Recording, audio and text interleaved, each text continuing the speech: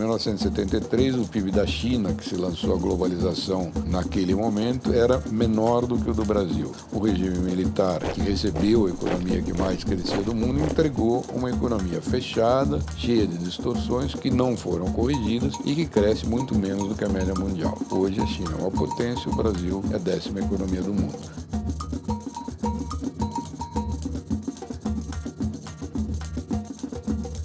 Na verdade, esse livro ele traz muita novidade em história econômica, porque o uso da econometria, que é a ciência que mede os números da economia, e especialmente da economia do passado, e da antropologia, que estuda as normas de comportamento da pessoa, raramente foram usados para fazer uma história econômica. O livro traz muitas diferenças com relação ao que se conhece tradicionalmente em história. Os povos que estavam aqui, especialmente os tupi. A interpretação tradicional, uma economia que não produz riqueza. O conhecimento atual, uma economia capaz de produzir riqueza e, portanto, base no crescimento da economia brasileira. Economia colonial, interpretação tradicional. A colônia ficou pobre, a metrópole ficou rica porque se transferia a riqueza da colônia para a metrópole. Situação das descobertas econométricas.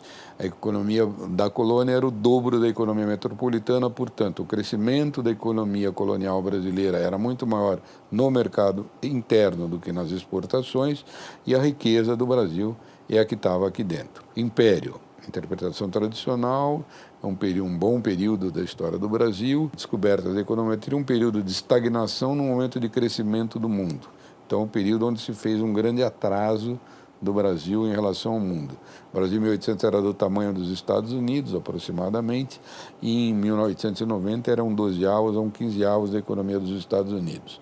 Primeira República, usualmente tido como um período agrário e período dos coronéis, na verdade o que a econometria mostra é que é o período onde a economia estagnada ganhou um ritmo de crescimento muito alto, superou inclusive o dos Estados Unidos e cresceu com indústria, transporte, especialmente transporte ferroviário, e serviços em ritmo muito maior que a agricultura. A média desses setores era 7, 8% ao ano, enquanto a média do café foi 2,2% ao ano entre 1890 e 1930. Então, um período de urbanização e grande crescimento. 1930, anos 60, período que aí as interpretações tradicionais e econométricas, o único período na história do Brasil onde elas coincidem.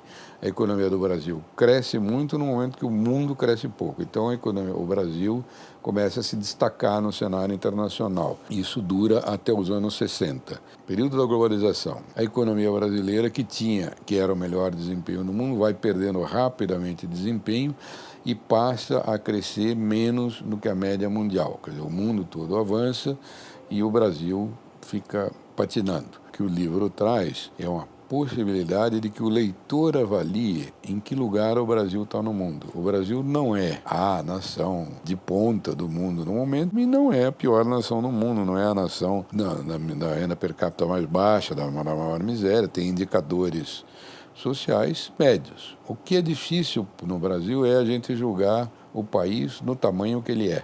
O fato de você saber quais são os momentos bons ou ruins ajuda você a pensar, puxa, para ir para frente, então isto é uma virtude nossa, aquilo é um defeito nosso, com um certo equilíbrio, né? Porque acho que tem uma certa mania analítica no Brasil de dizer que ou somos os piores ou somos uns gênios, e não é uma coisa nem outra. Falei tudo isso, vão pensar, mas esse é um livro difícil. Não, esse é um livro que foi feito para qualquer cidadão ler. Não tem nenhum tecnicismo, não tem tabela, não tem recomendações para especialistas. É um livro escrito da maneira mais simples possível para que uma pessoa pudesse proveitosamente, qualquer cidadão, refletir sobre a história econômica do seu país.